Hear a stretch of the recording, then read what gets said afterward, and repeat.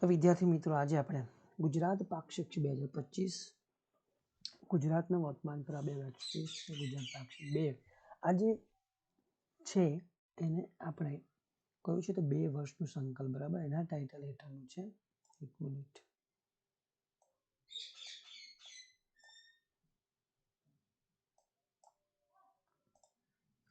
હા, તો આપણું છે ચાલુ કરી રહ્યા છે ગુજરાત પાક્ષિક, બરાબર. ગુજરાત પાક્ષિકનું વર્તમાન પ્રવાહ છે. 2 વર્ષના સરકારનો સંકલ્પ છે. વર્તમાન પ્રવાહ 2025, કરંટ અફેર્સ 2025 શરૂ કરીએ છીએ. પહેલા એને ટોપિક્સ ફોર પાક્ષિક એટલે કે છે 2024નું જે પાક્ષિક છે એની અંદર મેન હાઇલાઇટ શું રહે છે એ આપણા માટે ખૂબ મહત્વની છે. એમાંથી પણ આપણે 1 માર્કનો પ્રશ્ન બની શકે છે. તો પહેલું જે આપણું છે એ છે અર્નિંગ વેલ લિવિંગ વેલ ના મંત્ર સાથે જે વિકસિત ગુજરાત 2024 ગુજરાત 2047નો જે રોડ મેપ બનાવનાર છે એ દેશનું પ્રથમ રાજ્ય ગુજરાત બન્યું છે, બરાબર. અર્નિંગ વેલ અને લિવિંગ વેલના મંત્ર સાથે આ જે પહેલું રોડ મેપ બનાવનારું છે એ છે આપણો ગુજરાત. અને તો છે વિકસિત, એનું શું થીમ છે કે વિકસિત ગુજરાત @2047નું રેડ મેપ બનાવ્યું છે અને એની થીમ છે, મંત્ર છે અર્નિંગ વેલ લિવિંગ વેલ. સેકન્ડ છે ગુજરાતમાં સફળતાપૂર્વકનું 17 જેટલી G20 બેઠક, બરાબર. જેટલી પણ G20 બેઠક થઈ છે એમાં ગુજરાતની અંદર એટલે કે દરેક રાજ્યની અંદર થઈ હતી. એમાંની 17 જેટલી બેઠકો ગુજરાતમાં થઈ હતી અને તેને સફળતાપૂર્વક પૂર્ણ કરી હતી. તે એક પહેલું છે. બીજું કે વાઇબ્રન્ટ ગુજરાત ગ્લોબલ સમિટ 2024નું જે 10મું સંસ્કરણ હતું એનું પણ એ સફળતાપૂર્વક આયોજન કર્યું. એટલે કે બીજો પ્રશ્ન એવો થાય કે વાઇબ્રન્ટ ગુજરાત ગ્લોબલ સમિટ 2024ની તે કેટલામું સંસ્કરણ હતું? તે આપણું છે 10મું સંસ્કરણ હતું. નેક્સ્ટ વાત કરીએ ઝીરો કેઝ્યુઅલ્ટી અભિગમ સાથે બિપોરજોય વાવાઝોડું, બરાબર. જે બિપોરજોય વાવાઝોડું આવ્યું એમાં એક ટાર્ગેટ હતું કે ઝીરો કેઝ્યુઅલ્ટીના અભિગમ સાથે જે સરકારે કાર્ય કર્યું એને ખાસ વાત કરી છે. બિપોરજોય વાવાઝોડું હતું. પછી છે સસ્ટેનેબલ ડેવલપમેન્ટ ગોલ ઇન્ડેક્સ. આ ઇન્ડેક્સની અંદર આરોગ્ય સુવિધા સુખાકારી ક્ષેત્રે ગુજરાતમાં સતત બીજી વાર દેશમાં પ્રથમ રહ્યું છે. એટલે કે પહેલા બીજી વાર એટલે એના પહેલા પણ એ સસ્ટેનેબલ ડેવલપમેન્ટ ગોલ ઇન્ડેક્સ, બરાબર, જે આરોગ્યની સુવિધાઓ છે અને સુખાકારી ક્ષેત્રે ગુજરાતે સતત પ્રથમ વાર સતત 2 વાર દેશમાં પ્રથમ રહ્યું છે ગુજરાત રાજ્ય. તો આ એક પ્રશ્ન થયો. કહી શકીએ કે સસ્ટેનેબલ ડેવલપમેન્ટ ગોલ ઇન્ડેક્સ, બરાબર. આ સસ્ટેનેબલ ડેવલપમેન્ટ ગોલ ઇન્ડેક્સ કોણ પાડે છે? બરાબર, નીતિ આયોગ. તો એ પણ આપણા માટે પ્રશ્ન છે. અને આરોગ્ય ક્ષેત્રે સુવિધા ક્ષેત્રે સતત ગુજરાત બીજી વાર પ્રથમ રહ્યું છે. બીજું કે 2,82,000 ઘર પર સોલર પેનલ ઉર્જા ઉત્પાદનમાં પણ ગુજરાત દેશમાં અગ્રેસર રહ્યું છે. 2 લાખ કેટલા છે? 2,82,000 ઘરો પર તેના શું કરે સોલર પેનલની જે યોજના છે મફત સૂર્યઘર યોજના, બરાબર, એનું તે પણ યાદ રાખો. ઉર્જાના ઉત્પાદનમાં ગુજરાત દેશમાં અગ્રેસર રહ્યું છે. સેકન્ડ જે હાઇલાઇટ છે સરકારી અને ગ્રાન્ટેડ પ્રાથમિક શાળાના 41 લાખ વિદ્યાર્થીઓને પૌષ્ટિક અલ્પાહાર માટે મુખ્યમંત્રી પૌષ્ટિક આહાર યોજનાનો આરંભ કરાયો છે. કયું છે? 2,82,000 સરકારી અને ગ્રાન્ટેડ પ્રાથમિક શાળામાં કેટલા છે? 41 લાખ વિદ્યાર્થીઓ છે. આ 41 લાખ વિદ્યાર્થીઓને પૌષ્ટિક આહાર માટે મુખ્યમંત્રી પૌષ્ટિક અલ્પાહાર યોજના, કઈ યોજના છે એ લોકો માટે લઈને આવે છે? મુખ્યમંત્રી પૌષ્ટિક આહાર અલ્પ યોજના છે એ લઈને આવ્યા છે આ યોજનાની અંદર. બીજું કે ગુજરાતમાં એક પેડ માં કે નામ અંતર્ગત 17 કરોડથી વધુ વૃક્ષોનું વાવેતર કરવામાં આવ્યું છે. ગુજરાતમાં કહ્યું તો એક પેડ માં કે નામ, જે ભાજપ એટલે કે જે બીજેપીનું એક અને રાજકીય પેલું આપણે કહ્યું હતું કે રાજદ્વારી કાર્યક્રમ, રાજદ્વારી એટલે કે રાજકીય કામ મુદ્દો હોય છે. એને લઈને એને શું કર્યું? એને બનાવ્યું પોતાનું મેન ટાર્ગેટ, બરાબર. અંતર્ગત એને 17 કરોડથી વધુ વૃક્ષોનું વાવેતરનું આ ટાર્ગેટ કર્યું અને દર વર્ષે કરતા હોય છે. ચાલો, આ હતા આપણા ટોપિક્સ ફોર ધ પાક્ષિકના 2024 જે હાઇલાઇટમાં ખાસ છે જેની વાત કરી મેં. આ કયું છે? ફરી કહ્યું છે અર્નિંગ વેલ લિવિંગ વેલનું મંત્ર. એમાં છે વિકસિત ગુજરાત @2047નો રોડ મેપમાં એવું પહેલું રાજ્ય ગુજરાત છે જેને આ ટાર્ગેટ બનાવ્યો છે. બીજું કે 17 G20 બેઠકની જે 17 જેટલી બેઠકો ગુજરાતમાં થઈને સફળતાપૂર્વક કરી. 10મું સંસ્કરણ ગુજરાત વાઇબ્રન્ટ ગ્લોબલ સમિટનું હતું, જે 2024માં છે, 10મું. હવે આવશે 11મું એ 2025ની અંદર. ઝીરો કેઝ્યુઅલ્ટી અભિગમ સાથે બિફોર જોઈનું જે ટાર્ગેટ હતો. સસ્ટેનેબલ ડેવલપમેન્ટ ગોલ ઇન્ડેક્સ જેમાં ગુજરાત કયા રકમમાં સતત બીજા વર્ષે સતત 2 વર્ષે પ્રથમ સ્થાન પર રહ્યું.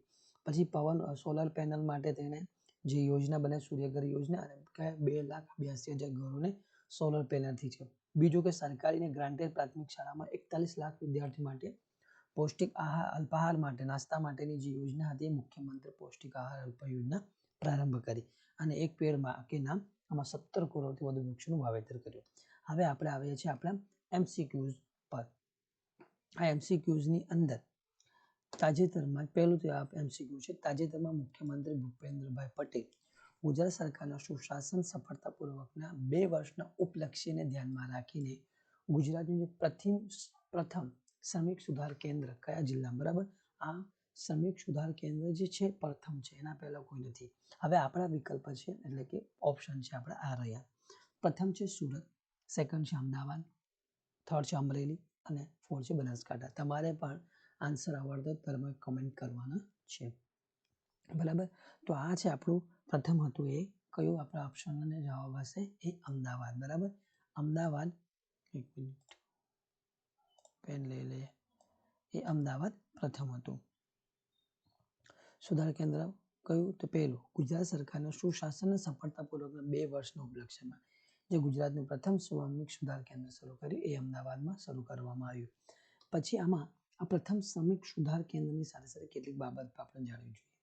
એની સાથે કે રાજ્યમાં શ્રમ નિકેતનનો પ્રારંભ કરવામાં આવ્યો. ક્યાં તો વેલફેર કમિશન અને સાણંદ GIDC એસોસિએશન વચ્ચે એક MOU થયો છે. આ પ્રથમ સુવિધા કેન્દ્ર અમદાવાદમાં સ્થપાયું. એના પહેલા ઘણા બધા કાર્ય થયું. પહેલું એક તો શ્રમ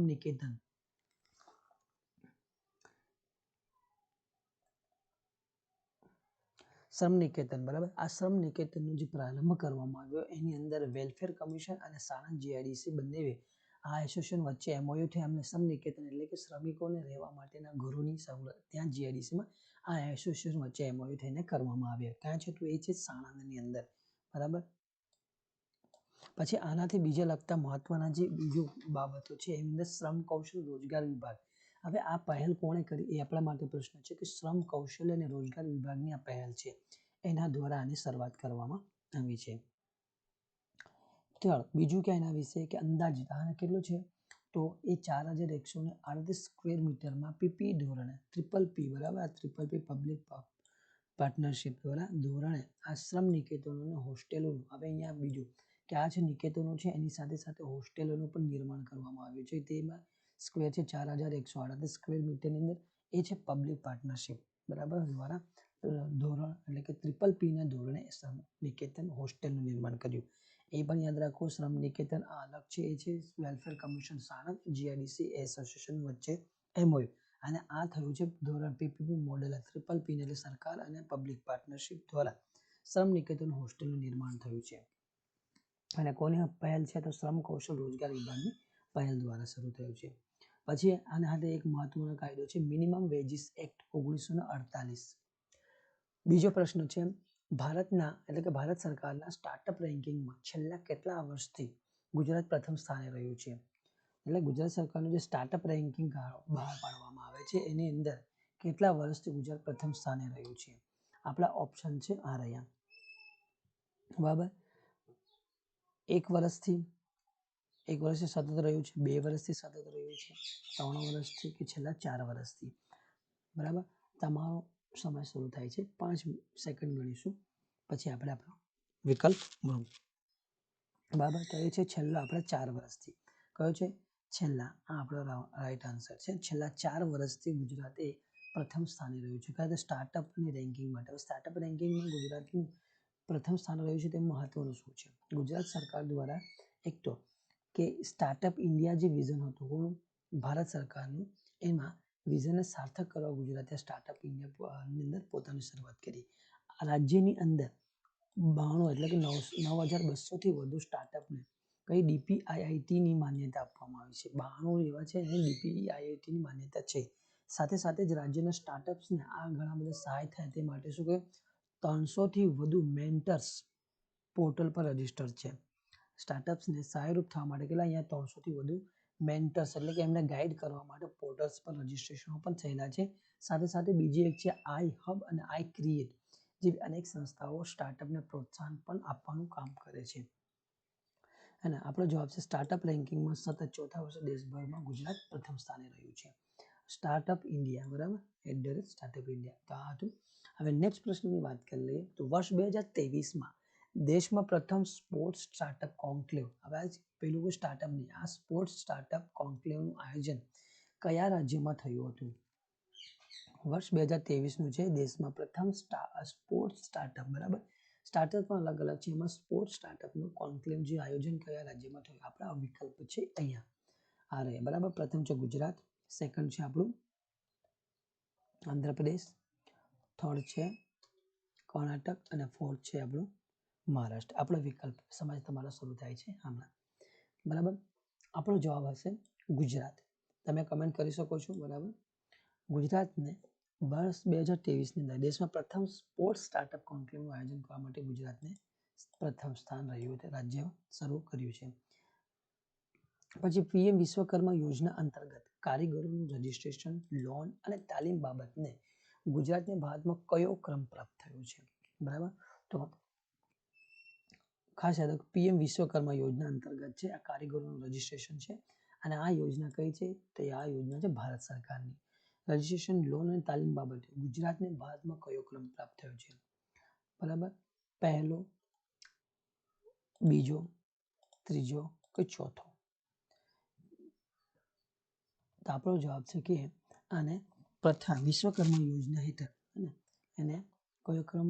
બીજો ક્રમ પ્રાપ્ત થયો છે. પીએમ વિશ્વકર્મા યોજના અંતર્ગત કારીગરોનું જે રજીસ્ટ્રેશન છે એમાં લોન મેળવવા અને તાલીમ બાબતે ગુજરાતે ભારતના રાજ્યોમાં બીજા ક્રમ પર છે. હવે એના વિશે પણ મહત્વની બાબત જાણી લે કે પીએમ વિશ્વકર્મા છે બાબત એનું છે સન્માન, સામર્થ્ય અને સમૃદ્ધિ. આ એનું મોટો છે. પરંપરાગત રીતે શિલ્પકારો કે કારીગરોને સહાયતા કરવા માટે કેન્દ્રીય યોજના છે પ્રધાનમંત્રી વિશ્વકર્મા યોજના બરાબર. આને કઈ રીતે આવે છે? એમએસએમઈની અંદર બરાબર, મિનિસ્ટ્રી ઓફ મીડિયમ સ્મોલ બરાબર એની અંદર આવે છે. યોજનાનો હેતુ છે 13,000 કરોડ રૂપિયાના બજેટની જોગવાઈ કરી છે. 18 પારંપરિક વ્યવસાયોને સામેલ કરવામાં આવે છે. શિલ્પકારો, કારીગરોને પ્રમાણપત્ર તથા આઈડી પણ આપવામાં આવે છે. પ્રથમ તબક્કામાં 1 લાખ રૂપિયા સુધીની અને બીજા તબક્કામાં 2 લાખ રૂપિયા સુધીની મદદ એટલે 5% દર પર એમને યોજના અંતર્ગત કૌશલ્ય વિકાસ, પ્રશિક્ષણ, ટૂલ કિટના લાભ, ડિજિટલ લેવડ દેવડ અને ઇનિશિયેટિવ માર્કેટિંગ એને સપોર્ટ કરવામાં આવશે. આ એનું મહત્વનું હતું પીએમ વિશ્વકર્મા બરાબર. એમાં કયા કયા સમાવેશ થાય છે તો એ પણ જોઈ લો. લુહાર છે, કુંભાર છે, મૂર્તિકાર, મોચી, કડિયા કામ હોય છે, પછી રમકડા બનાવતા હોય, ઓજાર બનાવતા હોય, મીણબત્તી બનાવતા હોય અથવા તો નવા કામો કરતા હોય. આવી ઘણી બધી યોજનાઓ છે અહીંયાથી તમારે દરજી, ધોબી, સોની તો આ બધા સામેલ કરવામાં આવેલા છે. ત્યાર પછી જોઈએ નીચેનામાંથી કયા ગામને સોલર વિલેજ જાહેર કરવામાં આવ્યું છે. હવે આ પણ ખૂબ મહત્વનું છે. આની અંદર પણ સોલર એટલે કે નીચેનામાંથી ગુજરાતનું કયું ગામ છે તેને સોલર વિલેજ જાહેર કરવામાં છે? આપણા ઓપ્શન છે ફર્સ્ટ છે ખેરાલુ, સેકન્ડ છે વડનગર, ત્રીજું છે મોઢેરા અને આંબલી પાસણ. 4 ઓપ્શનમાંથી તમારો જે ઓપ્શન હોય વિકલ્પ બરાબર તમે એનું નામ લખી શકો છો. આપણો જવાબ હશે કે મોઢેરા. મોઢેરા એવું છે કે નીચેના મોઢેરા ગામ બરાબર એને સોલર વિલેજ જાહેર કરવામાં. સાથે સાથે બીજું મહત્વનું જાણવાનું છે કે મોઢેરા ગામ છે ભારતનું round the clock BESS solar power village જાહેર કરવામાં આવ્યું છે. બીજું અને પ્રથમ સરહદી સોલર વિલેજ છે મસાલી ગામ. આ પણ એક મહત્વનું છે. હવે અહીંયાથી આપણે 2 પ્રશ્ન થાય. સોલર વિલેજ તરીકે પ્રથમ અને જાહેર કરવામાં આવ્યું તે મોઢેરા છે, પણ તમારું એવું ગામ ઓકે 2 પ્રશ્ન છે. બીજું અને પ્રથમ સરહદી સોલર હોય તે કઈ મસાલી ગામ છે? આ બીજું છે મોઢેરા. 2020માં એ પ્રથમ બન્યું છે round the clock BESS solar powered village જાહેર કરાયું છે. પ્રથમ સરહદી ગામ હોય તો મસાલી ગામ અને એ જ આ સરહદી ગામ એટલે બીજું બને છે મસાલી ગામ. ફરી એક વખત સમજાવું છું કે મોઢેરા એ પ્રથમ સોલર વિલેજ ગામ છે બરાબર અને બીજા નંબર પર આવશે મસાલી ગામ. પણ આ મસાલી ગામ પ્રથમ સરહદી એટલે કે સરહદ પર અને પાકિસ્તાની બોર્ડર પર જે છે પાકિસ્તાનની બોર્ડરથી 14 થી 16 કિલોમીટર લગભગ છે. તો એ સોલર વિલેજ છે, પણ કેવું છે, સરહદી ગામ છે. સરહદી ગામ હોય ને સોલર વિલેજ હોય તો એવું એક માત્ર ગામ છે મસાલી ગામ. ને એમ કહે કે બીજું સોલર વિલેજ હોય તો એ છે મસાલી ગામ. બે રીતના પ્રશ્નો પૂછી શકે. આ મસાલી ગામ આવ્યું છે બનાસકાંઠા જિલ્લાની અંદર, બોર્ડર લગભગ, બરાબર. આ યોજના કયા યોજના હેઠળ? પીએમ સૂર્યઘર મફત યોજનાની અંદર આનો સમાવેશ કરેલો છે. તો જો પ્રથમ સરહદી સોલર વિલેજ બન્યું બનાસકાંઠાનું મસાલી ગામ, બરાબર. અહીંયા સોલર વિલેજ બન્યું બનાસકાંઠા, દેશનું પ્રથમ સરહદી છે. અને આ હોય સોલર વિલેજ હોય તો મોઢેરા. પણ સરહદી પૂછાય તો તમારે કરવાનું હશે કયું? મસાલી ગામ, જે બનાસકાંઠામાં આવેલું છે. એની યોજનાની વિશે જોઈએ તો પીએમ સૂર્યઘર મફત વીજળી યોજના અંતર્ગત છે આ મસાલી ગામને સામેલ કર્યું છે. 1,16,00,000ના ખર્ચે 119 ઘરપાળ સોલર રૂફટોપને 100% કામગીરી પૂર્ણ કરી છે. કેટલા? 119 ઘરોને સોલર રૂફટોપથી 100% કામગીરી પૂર્ણ કરાઈ છે. બીજું કે આગામી સમયમાં એવું છે કે બોર્ડર ડેવલપમેન્ટ પ્રોજેક્ટ અંતર્ગત હવે મસાલી ગામનું એક ખાસ કહેવાનું કે કયું તે બીએસસી છે, બોર્ડર છે ને, બોર્ડર ડેવલપમેન્ટ પ્રોજેક્ટની અંતર્ગત છે ને કઈ યોજના છે? પીએમ સૂર્યઘર મફત યોજના, સોલર રૂફટોપ પણ એમાં સામેલ થઈ જાય છે. એટલે જ સરહદી છે વાવ તાલુકાના 11 અને સુઈ ગામના 6 તાલુકાને એમાં સામેલ કરી કુલ મળીને 17 ગામમાં સંપૂર્ણ સોલર વિલેજ બનાવવાનું આયોજન છે. હવે આમાં એક હતું પ્રથમ, બીજું, આના પછી એવા કહેવાય તો મોઢેરા પછી મસાલી ગામ બને સોલર વિલેજ. પણ હવે એવા કેટલા ગામ લાવવાના છે? તો એમાં વાવ તાલુકાના 11 છે, સુઈ ગામના 6 તાલુકા, એમ મળીને 17 ગામોને સોલર વિલેજ બનાવવાનું છે. પણ સરહદી ગામ હોય તો એ સોલર વિલેજમાં મસાલી ગામ આવશે, બરાબર. સોલરની ગ્રામજનોને લાઇટ બંધ કરવાની, બરાબર. ગ્રીન ગુજરાત અને ક્લીન ગુજરાત, આ એનું ઠીક છે, યાદ રાખવું. ગ્રીન ગુજરાત અને ક્લીન ગુજરાત કયું? તો પીએમ સૂર્યઘર મફત યોજના છે, સોલર વિલેજ બનાવવાનું જે ટાર્ગેટ છે મસાલી ગામને. ત્યાર પછી હવે નેક્સ્ટ પ્રશ્નની વાત કરીએ. દેશના કુલ સીએનજી સ્ટેશનોમાં ગુજરાતના ફાળે કેટલા ટકા સીએનજી સ્ટેશનો આવે છે? આપણા વિકલ્પો છે 10%, 18%, 14% કે 8%. તમે કમેન્ટ કરશો અને આપણો જવાબ હશે 14% જેટલા જે સીએનજી સ્ટેશન છે ગુજરાતના ફાળે છે. ગુજરાતમાં 14% જેટલા સીએનજી સ્ટેશનો આવેલા છે અને એના ફાળે જાય છે. પછી હવે નેક્સ્ટ પ્રશ્ન છે, યુનાઇટેડ નેશન્સની એજન્સી વર્લ્ડ ટુરિઝમ ઓર્ગેનાઇઝેશન, આ યુએનની એક દ્વારા ગુજરાતના કયા ગામને બેસ્ટ ટુરિઝમ વિલેજ તરીકે જાહેર કરવામાં આવ્યું? યુએન છે, બરાબર. યુએનની અંદર એક છે એજન્સી, આ એજન્સીનું નામ છે વર્લ્ડ ટુરિઝમ ઓર્ગેનાઇઝેશન દ્વારા ગુજરાતના કયા ગામને બેસ્ટ ટુરિઝમ વિલેજ જાહેર કરવામાં આવ્યું છે? આપણા વિકલ્પો છે ખાવડા, ધોરડો, માધાપર કે હોડકા, બરાબર.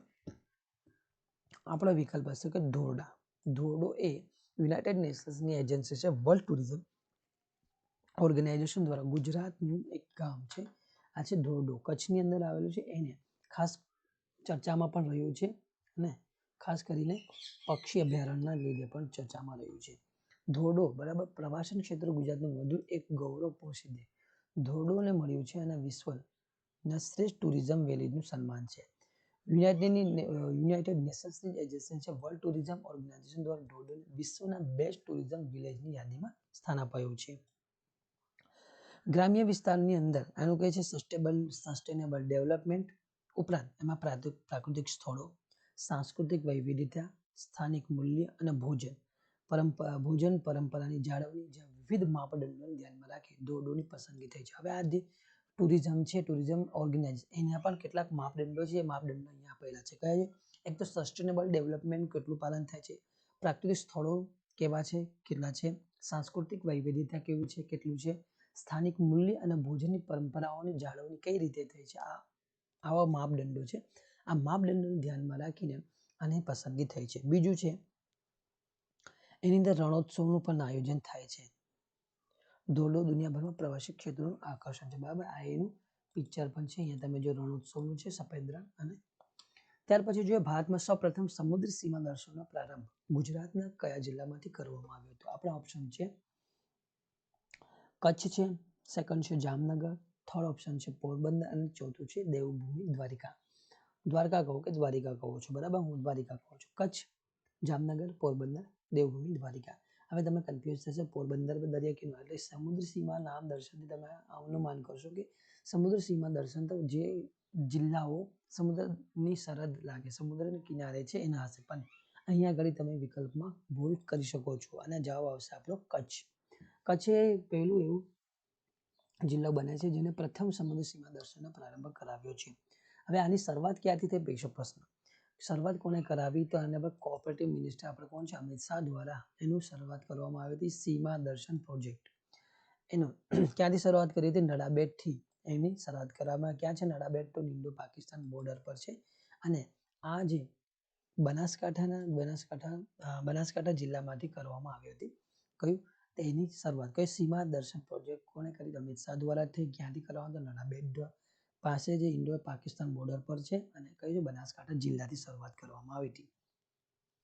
પણ સીમા દર્શનનો પ્રારંભ કચ્છથી થયો પણ આની જે યોજના હતી એની શરૂઆત ક્યાંથી થઈ તો એ ત્યાંથી થઈ. ક્યાંથી બનાસકાંઠાથી થઈ.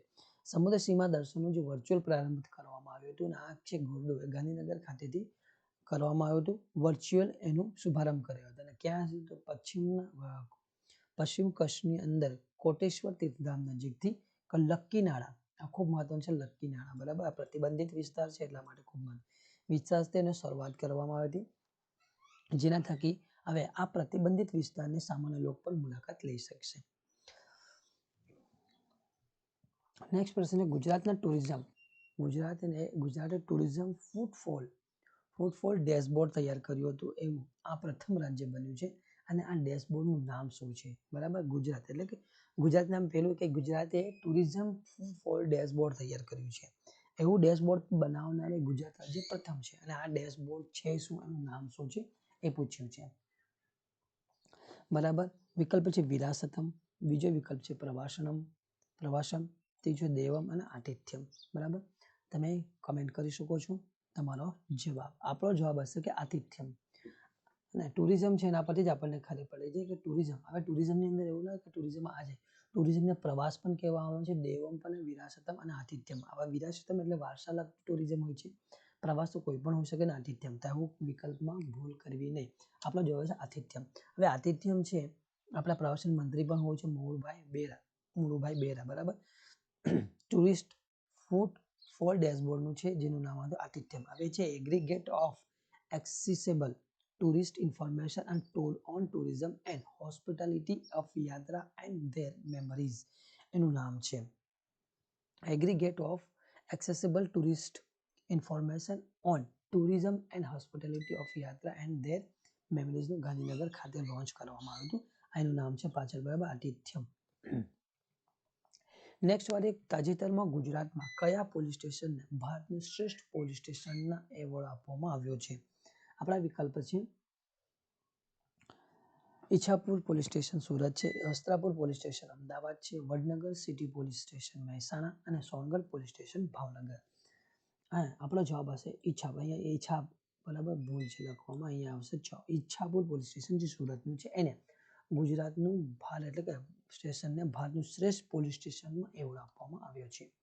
હવે છે નેક્સ્ટ પ્રશ્ન છે મિષ્ટી યોજના તાજેતરમાં ચર્ચામાં ખૂબ રહી છે. હવે આ મિષ્ટી એટલે શું. બરાબર, એનું પૂરું નામ છે Mangrove Initiative for Shoreline Habitat and dash. અહીંયા તમારો જવાબ મૂકવાનો છે ઇન્કમ્સ. બરાબર, આપણા વિકલ્પ છે અહીંયા આપ્યા છે ટાર્ગેટેડ, થ્રેવિંગ, ટેન્જિબલ અને ટેક્ટિકલ. બરાબર, આપણો જવાબ હશે ટેન્જિબલ.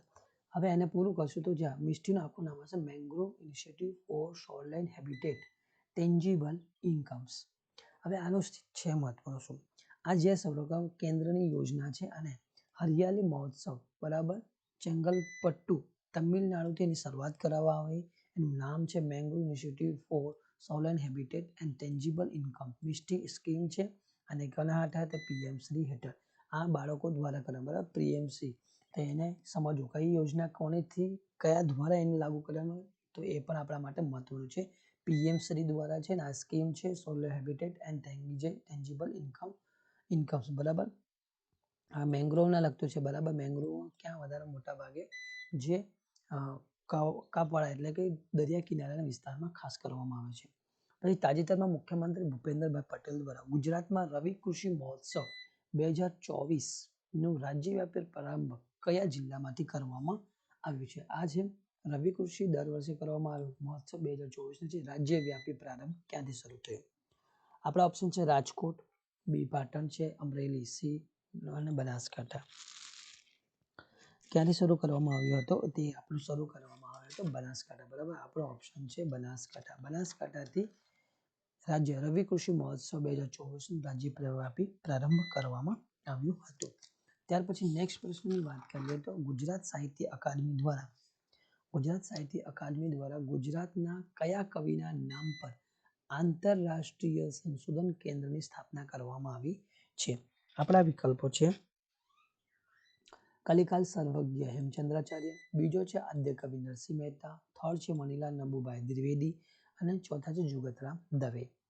બરાબર, આપણે આને પણ કલિકાલ સર્વજ્ઞ હેમચંદ્રાચાર્યને, બરાબર, તો આપણો વિકલ્પ છે આદ્ય કવિ નરસિંહ મહેતા. બધા આદિ કવિ કહેવામાં આવે છે એટલે આંતરરાષ્ટ્રીય સંશોધન કેન્દ્ર એમના નામ પર શરૂ કરવામાં આવ્યું છે, આદ્ય કવિ નરસિંહ મહેતા.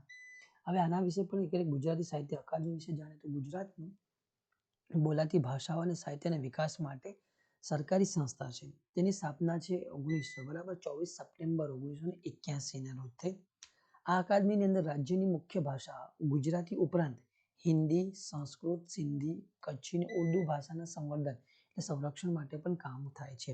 હાલના એના અધ્યક્ષ છે ભાગ્યેશ ઝા. બરાબર, આ એક મહત્વનો પ્રશ્ન છે. એનું મુખ્યાલય ગાંધીનગર છે. સાહિત્યિક સંસ્થા અને ગુજરાત સરકાર એની સ્થાપક છે, એ યાદ રાખવું. હવે કયા મંત્રાલય? તો કઈ રીતે? ગુજરાત સરકારનું છે, રમત ગમત યુવા અને સાંસ્કૃતિક મંત્રાલય હેઠળનું છે. એની એક મહત્વની પત્રિકા છે શબ્દ સૃષ્ટિ, એ પણ અધ્યક્ષ ભાગ્યેશ ઝા કયું અને ગાંધીનગર. બરાબર, અભિલેખાગાર ભવન છે સેક્ટર નંબર 17 ની અંદર. સાહિત્યિક ભાષા અને એનો વિકાસ માટે મહત્વનું કામ કરે છે. ત્યાર પછી વાત કરીએ નેશનલ પંચાયત એવોર્ડ 2024માં પંચાયત વિથ ગુડ ગવર્નન્સ માટે ગુજરાતની કઈ ગ્રામ પંચાયતને એવોર્ડ આપવામાં આવ્યો છે? આ પહેલી નથી પણ બીજી છે. બરાબર, એટલું યાદ રાખજો. નેશનલ પંચાયત એવોર્ડ 2024માં પંચાયત વિથ ગુડ ગવર્નન્સ માટે ગુજરાત માટે કઈ ગુજરાત ગ્રામ પંચાયતને એવોર્ડ મળ્યો છે? પ્રથમ આપણો વિકલ્પ છે વાવકુલી 2 ગ્રામ પંચાયત પંચમહાલ, સતલાસણ છે ગ્રામ પંચાયત મહેસાણા, ધમળકા ગ્રામ પંચાયત કચ્છ, સાખેડ ગ્રામ પંચાયત ખેડા. બરાબર, તમારો જવાબ તમારે કમેન્ટમાં લખવાનો છે. વાવકુલી 2 ગ્રામ પંચાયત આ પંચમહાલની અંદર આવેલ છે, જેને પંચાયત વિથ ગુડ ગવર્નન્સ માટે ગુજરાતની પસંદગી કરવામાં આવી છે.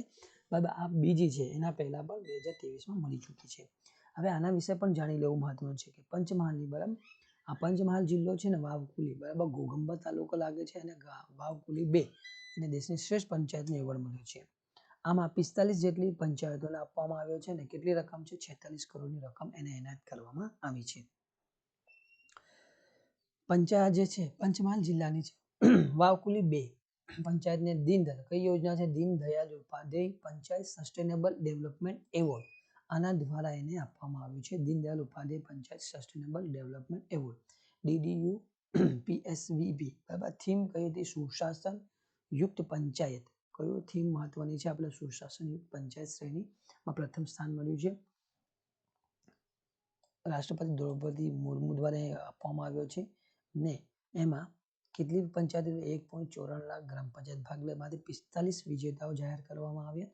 એમાં બૃહસ્પત વાદ કે 42% જે પંચાયત હતી એમાં 42% પંચાયતોનું જે હતું નેતૃત્વ મહિલા કરી રહી હતી.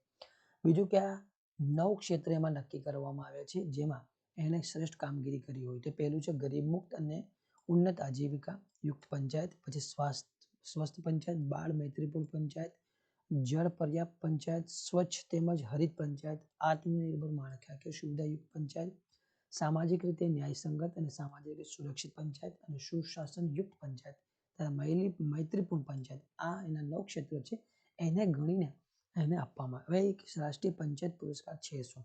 આ સ્પર્ધા છે આ બહુસ્તરીય માળખાના આધારે આયોજન કરવામાં આવે છે. પંચાયતનું મૂલ્યાંકન બ્લોક, જિલ્લા, રાજ્ય કે કેન્દ્ર શાસિત પ્રદેશ કે રાષ્ટ્રીય સ્તરે કરાય છે. એનો ઉદ્દેશ્ય છે ટકાઉ વિકાસને પ્રોત્સાહન આપવાનો. બરાબર, આ હતી મહત્વની બાબત. હવે નેક્સ્ટ પ્રશ્નની વાત કરીએ. દર વર્ષે 3 ડિસેમ્બર 2024ના રોજ ઉજવાતો આંતરરાષ્ટ્રીય દિવ્યાંગ દિવસ વર્ષ 2024ની થીમ કઈ રાખવામાં આવી છે? હવે આ છે 3 ડિસેમ્બરે, આના પછી બીજો કે 3 ડિસેમ્બરના દિવસે દર વર્ષે આપણે આંતરરાષ્ટ્રીય દિવ્યાંગ દિવસ ઉજવીએ છીએ ને 2024ને આપણે એ થીમ કઈ રાખવામાં આવી છે? દિવ્યાંગ વ્યક્તિ માટે ટકાઉ વિકાસ, લક્ષ્યો, પ્રાપ્ત કરવા માટેનું સંયુક્ત કાર્યવાદ, કે સમાવિષ્ટ ટકાઉ ભવિષ્ય માટે દિવ્યાંગ વ્યક્તિઓનું નેતૃત્વને વધુ વિસ્તૃત બનાવવું, ઇન્ટરનલ લોકિંગ પડકાર માટે પરિવર્તનશીલ ઉકેલ, કે વિશ્વને સમાવિષ્ટ, સુલભ, ટકાઉ બનાવવા માટે દિવ્યાંગ વ્યક્તિત્વનું નેતૃત્વ અને ભાગીદારી.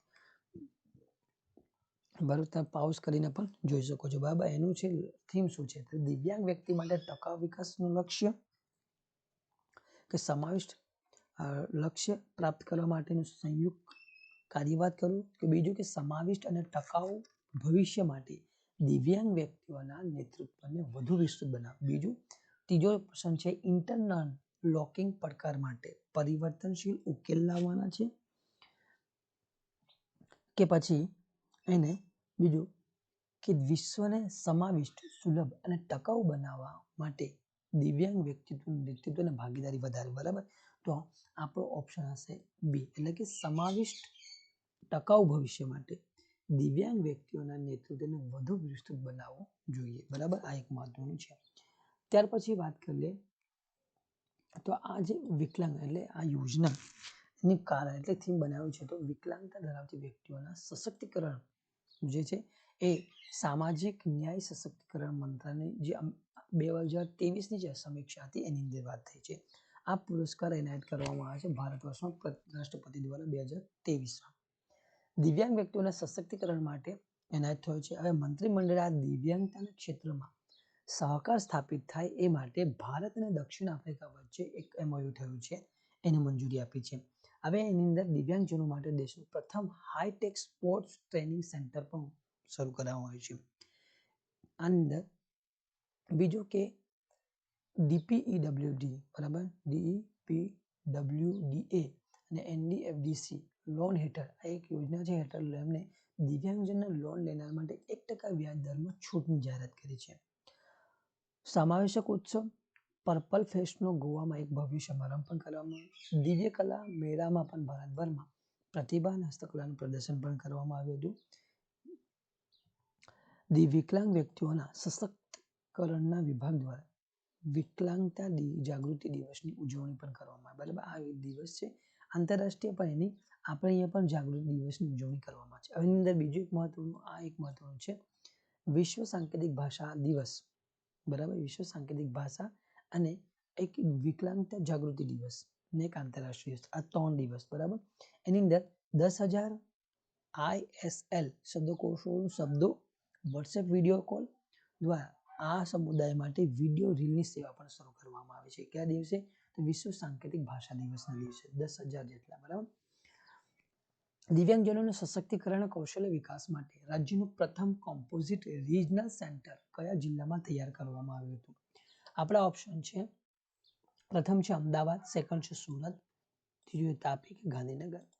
બરાબર, આ દિવ્યાંગજનોના સશક્તિકરણ કૌશલ્ય વિકાસ માટે આજે રાજ્યનું પ્રથમ કોમ્પોઝિટ રિજનલ સેન્ટર શરૂ કરવામાં આવ્યું હતું અમદાવાદની અંદર. બરાબર, આ જે પાછળનો પ્રશ્ન છે એના લગતો જ છે. બરાબર, આની સાથે જેને જોડવાનું છે તો આપણા ઓપ્શન છે એ આપણો જવાબ હશે અમદાવાદ. હવે એ સમજવું હોય તો દિવ્ય કલા મેળો પહેલા જ આગળ વાત કરી કે દિવ્ય કલા મેળો એને આપણે વિશ્વ સાંકેતિક ભાષા કેટલા 10,000 જેટલો સાંકેતિક ભાષાઓની સર્વ કર્યા અને સાથે વોટ્સએપ કોલ એ પણ એમના માટે સ્પોર્ટ કોમ્પ્લેક્સ પણ શરૂ કરવામાં આવ્યું એ પણ મહત્વનું છે.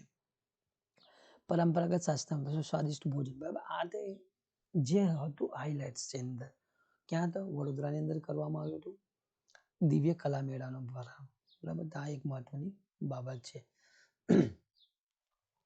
પછી એનું જે થીમ છે બરાબર સશક્ત દિવ્યાંગજન સમર્થ ભારત પ્રવેશનું આયોજન હતું. તાજેતરમાં સ્થાપવામાં આવેલા ગ્રીટ ગુજરાત રાજ્ય ઇન્સ્ટિટ્યુશન ફોર ટ્રાન્સફોર્મેશન નવા CEO તરીકે કોની નિયુક્તિ કરવામાં આવી છે? આપણા ઓપ્શન છે સુશ્રી S. અર્પણા, બીજું સુશ્રી જયંતિ રાવ અને શ્રી જગદીશ ભગવતી, શ્રી અરવિંદ બોરીસાગર. બરાબર, તો એ છે આપણા વિકલ્પમાં સાચો જવાબ છે આપણો કે સુશ્રી S. અર્પણા. બરાબર, આપણે એમને ખાસ જોયા પણ છે. ક્યારે? તો COVID-19 વખતે એમને ખાસ આપણે જોયા છે. રાજ્ય સરકારના ગૃહ વિભાગ દ્વારા શરૂ કરાયેલ નાગરિકોની ચોરાયેલી ચીજવસ્તુને શોધીને પરત આપવાની પહેલને શું નામ આપવામાં આવ્યું છે? તો પહેલું છે જન સેવા એક પ્રભુ સેવા, બીજું છે જન ઉસિકા જીના ઉસિકા નામ, જયશિખરની વૈસી બરની ભરની બરાબર બરની નહીં પણ ભરની આવશે. તેરા તુझको અર્પણ બરાબર આ આપણો વિકલ્પ છે કે તેરા તુझको અર્પણ એનો જવાબ આવશે આપણો કયો તેરા તુझको અર્પણ કે જેની વસ્તુ છે એને ખાલી શોધીને આપવાનું એને પરત કરવું એટલે કે તેરા તુझको અર્પણ તારું હતું તને આપી દેવામાં આવ્યું. આ એનું પહેલું નામ છે. તાજેતરના કયા ગ્રામ પંચાયતને નગરપાલિકાનો દરજ્જો આપવામાં આવ્યો છે? 17 જેટલે મહાનગરપાલિકાઓ થઈ ગઈ છે બરાબર. ઈરાડી ગ્રામ પંચાયત અરવલ્લી, ધારી ગ્રામ પંચાયત અમરેલી, નવાગામ ગ્રામ પંચાયત ખેડા અને સયાજીપુરા ગ્રામ પંચાયત વડોદરા બરાબર. આપણો જવાબ છે ધારી ગ્રામ પંચાયત અમરેલીને હવે શું થયું છે નગરપાલિકાનો અંદર સમાવેશ કરવામાં એટલે નગરપાલિકાનો દરજ્જો આપવામાં આવ્યો છે. હવે છે રાષ્ટ્રીય શિક્ષણ નીતિ 2020 અનુસાર કયા વર્ષ સુધી કોલેજ અને યુનિવર્સિટીમાં ગ્રોસ એનરોલમેન્ટ રેશિયો 50% સુધી લઈ જવાનો લક્ષ્યાંક નક્કી કરવામાં આવ્યો છે? ઈસવીસન 2047, ઈસવીસન 2027, 2024, ઈસવીસન 2035 બરાબર. જવાબ આપણો હશે ઈસવીસન 2035 બરાબર. તમારે પણ કમેન્ટ કરવાનો છે. અને આ હતો આપણા લાસ્ટ જે અંતિમ MCQ.